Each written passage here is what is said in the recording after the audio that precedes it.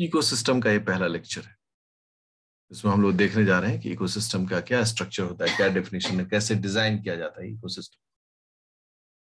ठीक है, तो अगर कॉन्सेप्ट ऑफ एक इकोसिस्टम, ठीक है, तो इकोसिस्टम में सबसे पहले तो है कि इसको डिफाइन कैसे कैसे करते हैं। तो डिफाइन होता है interaction, interaction between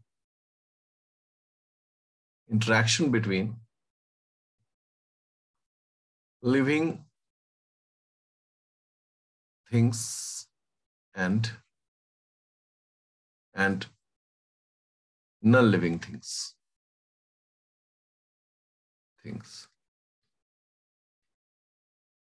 for the survival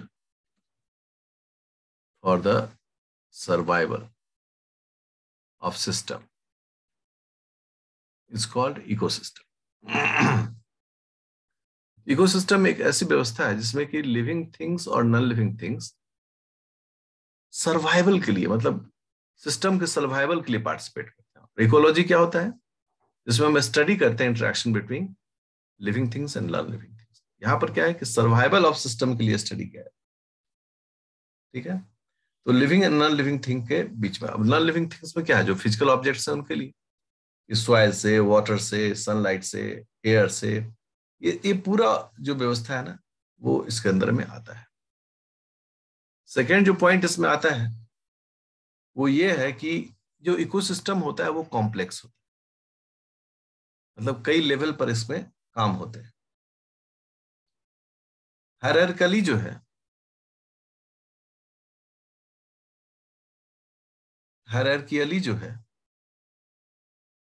hierarchically ये ऑर्गेनाइज्ड होता है, मतलब लेवल्स बटे रहते हैं, किस लेवल में कौन सा एनिमल, कौन सा प्लांट रहेगा। सेल्फ ऑर्गेनाइज्ड होता है, बाहर से ऑर्गेनाइज करने की जरूरत नहीं होती, ये खुद में उठा पटक करके खुद से सेल्फ हो जाता है।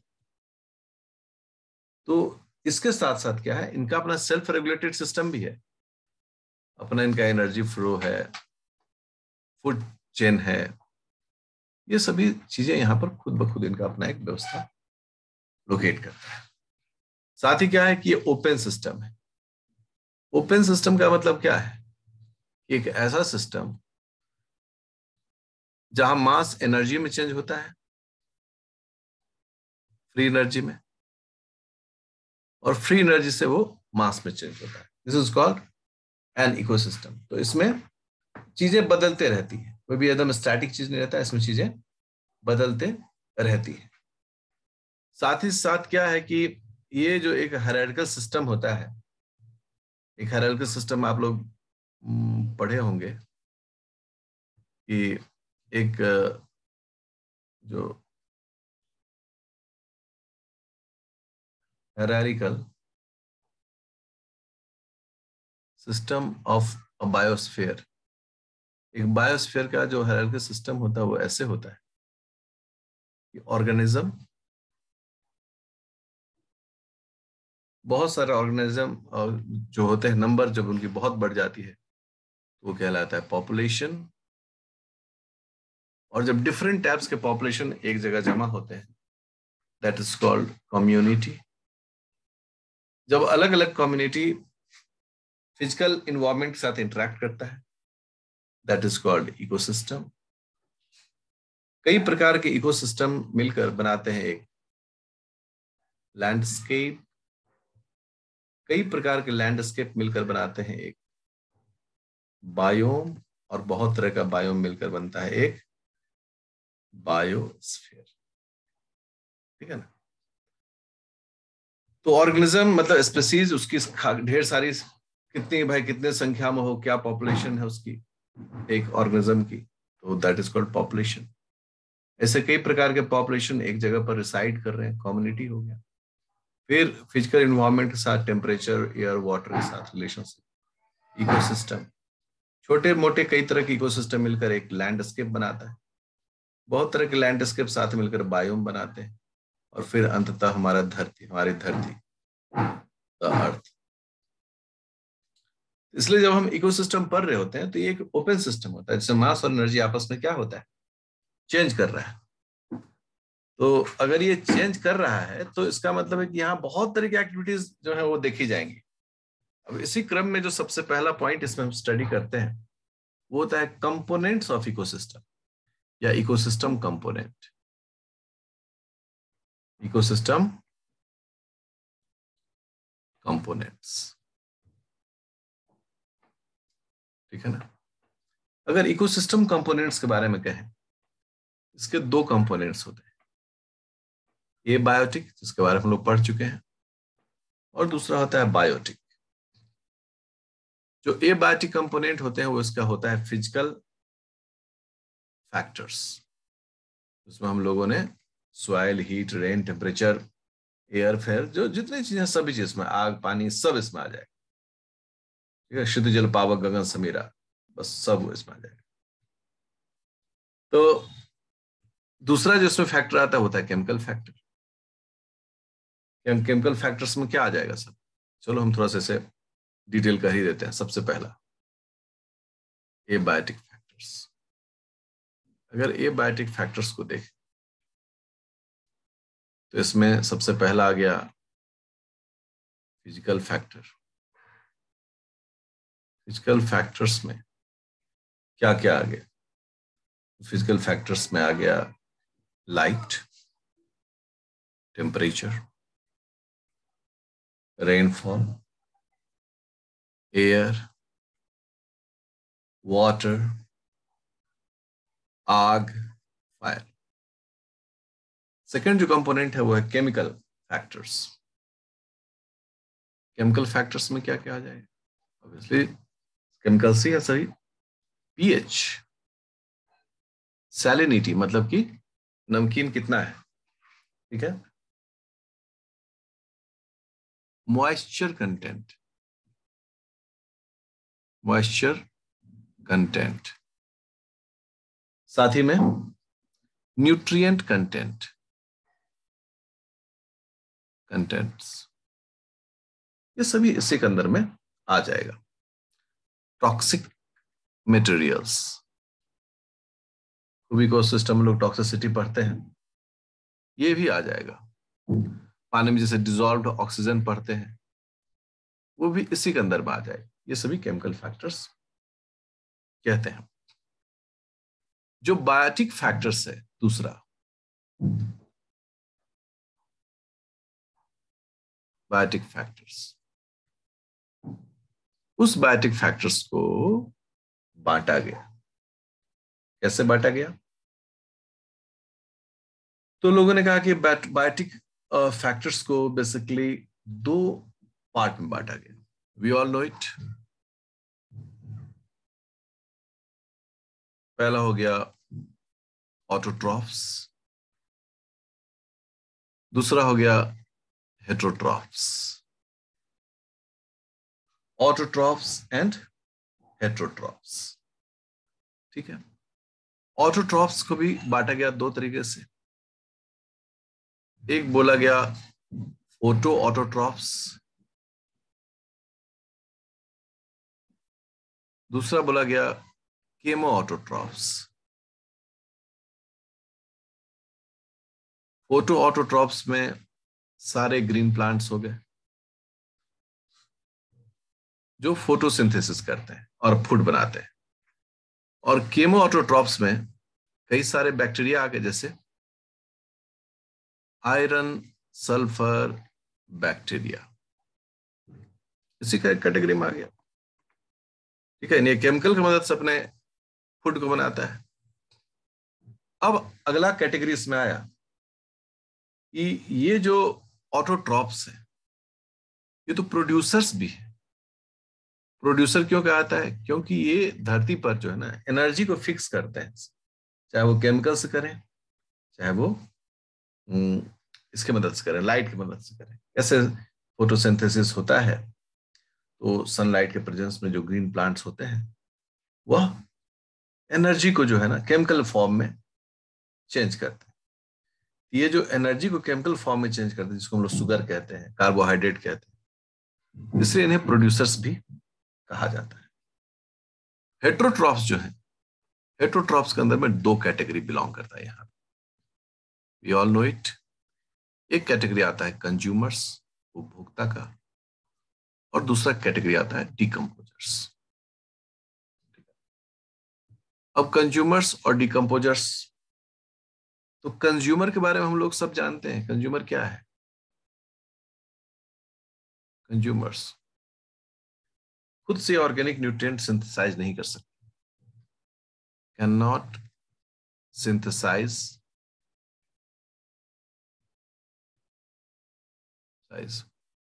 ऑर्गेनिक कंटेंट्स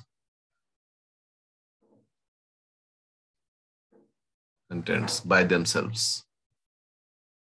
तो रिजल्ट क्या है? इन्हें फीड करना पड़ता है दूसरे ऑर्गेनिज्म पर। So they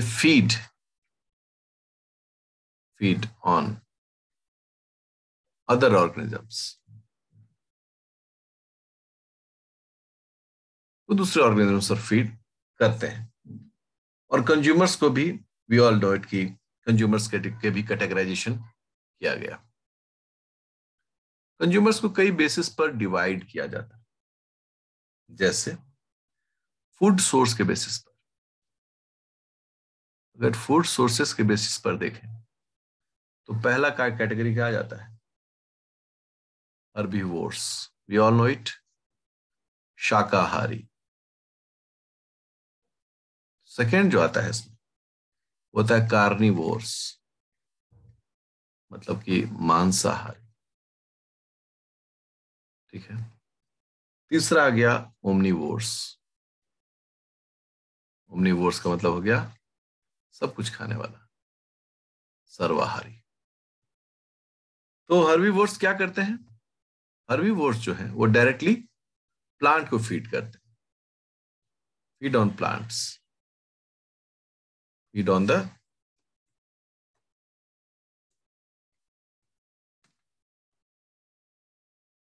on plants. जो कार्निवोर्स है वो किस पर फीड करते हैं? Feed on animals. और जो ओमनीवोर्स होते हैं वो क्या कहते हैं? Both plants and animals, we all know it. दोनों पर ये फीड करके अपने जीवन चक्र को चलाते हैं, ओमनीवोर्स। और चौथा कैटेगरी जो इसमें डाला गया वो बड़ा इंटरेस्टिंग कैटेगरी है, एंड दैट इज कॉल्ड डेट्रिटिवोर्स। डेट्रिटिवोर्स मतलब क्या होते हैं? ये मतलब डेड ऑर्गेनिक मटेरियल्स को, बॉडीज को, उसको ये खाते हैं, फीड ऑन डेड बॉडीज। ठीक है ना? डेड बॉडीज को ये फीड करते हैं। अब डेड बॉडी में एनिमल का डेड बॉडी रहे या फिर प्लांट का डेड बॉडी रहे या फीकल मटेरियल्स रहे, ठीक है, कुछ भी, मतलब कुछ भी ये खा सकते हैं। तो ये जो है डेट्राइटिवोर्स होते हैं। सेकेंड जो बेसिस है कंज्यूमर्स को और भी तरीके से क्लासिफाई करने का, वो कैसे क्लासिफाई होता है? इसके ट्रॉफिक लेवल पर, न्यूट्रिशन लेवल पर। और इस बेसिस पर सबसे पहला कैटेगरी बनाया गया वो था primary consumers. Primary consumers actually herbivores है, हर्बीवोर्स है। ठीक है। एंड omnivores है, omnivores that feed on plant, क्योंकि तो दोनों खाते हैं ना, जो प्लांट्स को भी खाते हैं एनिमल्स। मान लो हम साग भात खा लें, हो गए प्राइमरी कंज्यूमर। सेकेंडरी कंज्यूमर्स कौन है? तो सेकेंडरी कंज्यूमर्स हम लोग बोलते हैं कि ये जो है वो कार्निवोर्स है। क्यों कार्निवोर्स कह रहे हैं? फीड ऑन एनिमल्स, तो कार्निवोर्स आ गए। एंड ऑमनीवोर्स जो चिकन मटन खा रहे हैं, फीड ऑन एनिमल्स, वो दोनों में आ जाएगा, बशर्ते कि उसका क्या फूड लेवल है उसको देखना पड़ेगा। बोलेंगे एक शाकाहारी जी हैं तो बोलेंगे भाई ये तो प्राइमरी कंज्यूमर लेवल के। ओके। तो इस प्रकार से दो कैटेगरी बांटा गया। और तीसरा जो कैटेगरी है वो है tertiary consumer. Tertiary consumers, top consumers, ऐसे करके टर्म्स आते हैं। टर्शियरी कंज्यूमर्स का मतलब हो गया कि ये सेकेंडरी कार्निवोर्स है, मतलब कि ये सेकेंडरी कंज्यूमर को फीड करते हैं, फीड ऑन सेकेंडरी कंज्यूमर्स। मान लो इसमें क्या कहें कि एक सांप ने मेंढक को खा लिया, मेंढक ने कीड़ा को खा लिया, ठीक है ना। अब देखो ये इंसेक्ट है, इंसेक्ट तो सेकेंडरी कंज्यूमर है। इस इंसेक्ट को किसने खा लिया? फ्रॉग ने। तो फ्रॉग क्या हो गया? टर्शियरी कंज्यूमर हो गया। फ्रॉग को किसने खा लिया? स्नेक ने। स्नेक भी तो, इसको तो क्वाटरनरी हो गया। फिर स्नेक को किसने खा लिया? किसी ईगल ने, बर्ड ने खा लिया, ठीक है। तो ये फूड का एक अपना स्टैंडर्डाइजेशन है। तो टर्शियरी में भी कई लेवल होते हैं, और जो एकदम सबसे बॉस होता है that is called top consumer, से हम लोग टॉप कंज्यूमर उसे कहते हैं। डीकम्पोजर्स के बारे में हम लोग क्या कहते हैं? ये डेड ऑर्गेनिक मटेरियल पर फीड करता है, feed on dead and decay, सड़ा हुआ भी, डिकेड ऑर्गेनिक फूड्स। इनकी बड़ी कृपा है, ये बहुत इंपॉर्टेंट है। नहीं तो क्या होता है कि कोई चीज मतलब कंप्लीट यही नहीं होता है। तो एक प्रकार से मैंने कहते हैं ये कॉम्प्लेक्स ऑर्गेनिक मटेरियल्स को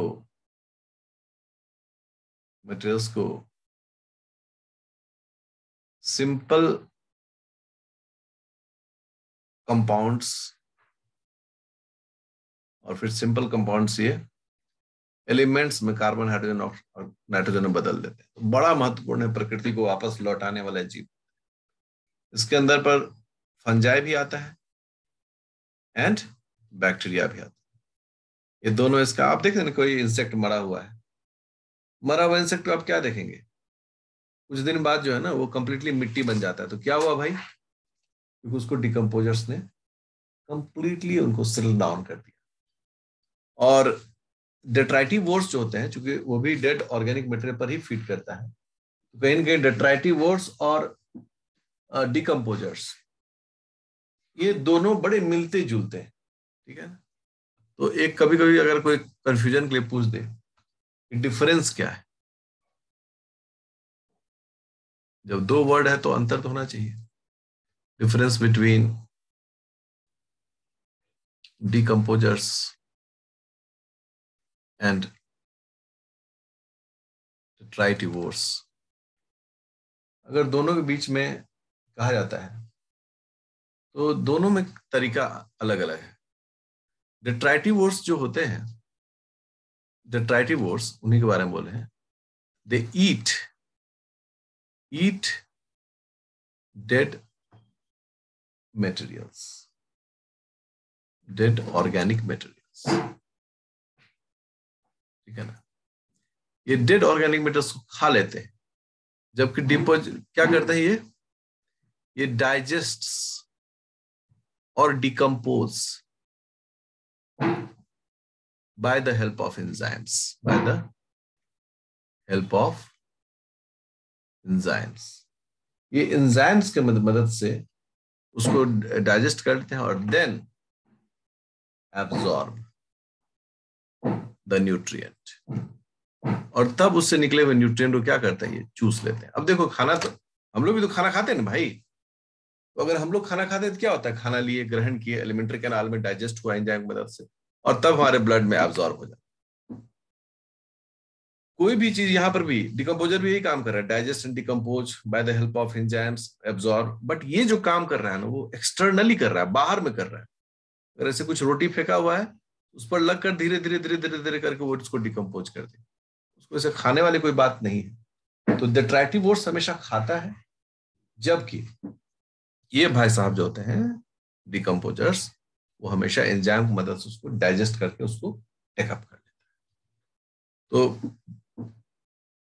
ये हो गया। अब किसी भी इकोसिस्टम का जो सेकेंड पॉइंट होता है अभी तो जो बायोटिक फैक्टर्स देखे तो वो होता है प्रोडक्टिविटी। अगर प्रोडक्टिविटी नहीं रहेगा तो इकोसिस्टम ही नहीं रहेगा, ठीक है ना। प्रोडक्टिविटी का एकमात्र जो मीनिंग होता है वो होता है fixation of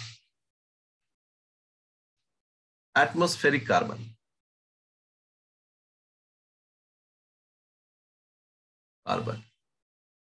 in an ecosystem. एक इकोसिस्टम में वातावरण से कितना मात्रा में कार्बन को फिक्स किया गया, दैट इज कॉल्ड प्रोडक्टिविटी। अब ये कार्बन जो फिक्स होता है ना, वो रिजल्ट किस चीज में उसका रिजल्ट होता है, रिजल्ट इनटू अ बायोमास। शरीर जो हमारा दिख रहा है ना, कार्बन के कारण दिख रहा है। इसलिए कई बार प्रोडक्टिविटी को कैसे डिफाइन किया जाता है, formation of biomass, formation of biomass in an ecosystem. But ये बायोमास किसके कारण आया, कार्बन के कारण। इसीलिए fixation of atmospheric carbon in an ecosystem is called productivity. और अगर उसको एक निचोड़ में लिख दें तो formation of biomass in an ecosystem is called. अब जब बायोमास होगा, इसका एक यूनिट होगा। जी हाँ, यूनिट क्या होगा कि मास पर यूनिट एरिया, ठीक है ना, और वॉल्यूम। एक ये एरिया में, एक यूनिट एरिया में कितना मास प्रोड्यूस किया गया, दिस इज कॉल्ड बायोमास। और इसका यूनिट क्या होता है, पर यूनिट टाइम। ऐसा नहीं होगा, कोई तो फैक्टर होगा, हाँ, टाइम स्केल में। अब जैसे मान लो कि बरसात का महीना है, तो हम लोग के बरसात में क्या होता है, किसी भी आप देख लीजिए खुला हुआ जगह, मैदान है जहां विद्यार्थी खेल रहे हैं, अब बरसात में वहां पानी जमा हो जाता है, तो पूरे बरसात 2-3 महीने में वहां खूब सारा हरा हरा पौधा, जंगली पौधा, घास वास उग जाता है। तो टाइम क्या है, बरसात का मौसम का समय है, तो वो हो गया। और जैसे ही फिर बरसात खत्म होता है, धीरे धीरे वो सब खत्म हो जाता है, वहां फिर से विद्यार्थी बच्चे वहां क्रिकेट खेलने।